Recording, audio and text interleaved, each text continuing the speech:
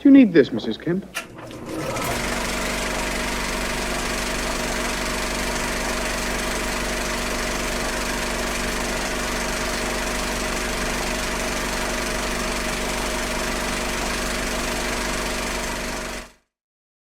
Eat, Pray, Love was written by this delectable little dish, Elizabeth Gilbert. The book is Ms. Gilbert's memoir of her travels to Italy, where she ate, India, where she prayed, and Bali, where she loved. I know that sounds like an oversimplification, and it is. There's a lot more to the story, enough to make it so popular in printed form that Hollywood made a movie about it.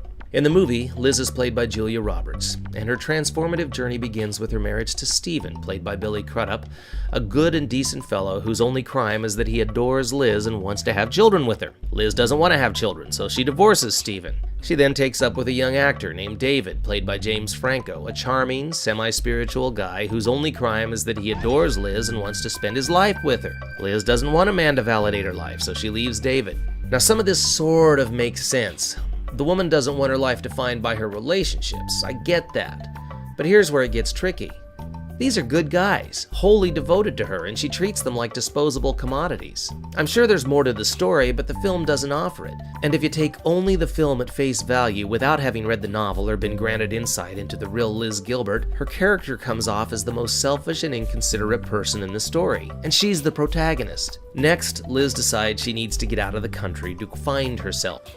What Liz actually says in the film is that she wants to go somewhere where she can marvel at something. I guess there's nothing all that marvelous this side of the pond, which is why she has to update her passport. Now, part of me wants to get this. After all, I came in on the tail end of that generation that wandered the earth trying to find itself. But then I learned a sage piece of advice from a Buddhist in Alcoholics Anonymous. The Zen you find on the mountain is the Zen you take up there with you. Or as my father used to say, if you want to find yourself, look in a mirror. Now, I'm all for travel. I've done a bit myself. But the movie tries to sell Liz's travelogue as some sort of vision quest, and that's simply wrong. For one thing, the real Liz got a $100,000 book advance to pay for this trip. That alone makes the whole conceit of the story false. If this trip is truly a vision quest, the book advance is like paying someone up front to go to church. And then there's the quest itself. What is it supposed to mean? I suppose one could argue that the words eat, pray, love chart some sort of arc of transcendence.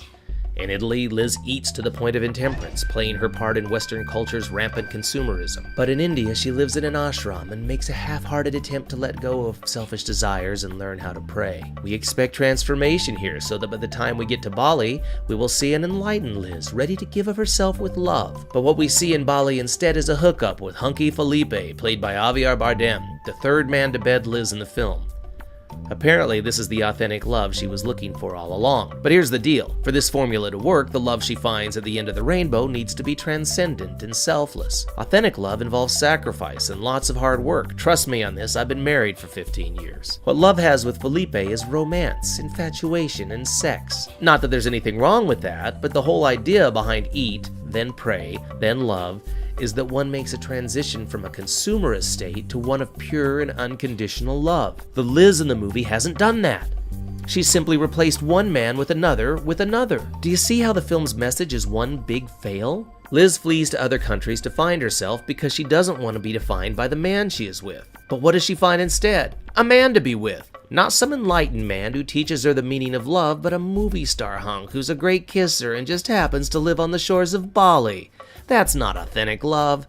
Authentic love between two people is found only after years in the trenches together, which is what Liz should have been doing with the first guy she was with. Now granted, I haven't read the book, and I know little about the real Liz Gilbert's life. This review is not about judging Ms. Gilbert, but about critiquing the film based on her memoir. And going strictly on what this film gives me, I could not recommend it, even as a rainy day chick flick. That said, I did find one thing to like about the film. Richard Jenkins plays a divorcee from Texas who meets and befriends Liz in the ashram in India. His paternal friendship with Liz is genuine, and their scenes together represent the best writing and acting in the movie. If you must give this movie a look, skip ahead to his scenes and forget the rest. But don't go out of your way just for Richard Jenkins. As one of the best character actors working today, you can find him in many other films that are much better than this. Mad Matt says, go check out Dear John, but you can skip Eat, Pray, Love. All right, we've seen what you can do with a boy. How are you when they come a little bigger?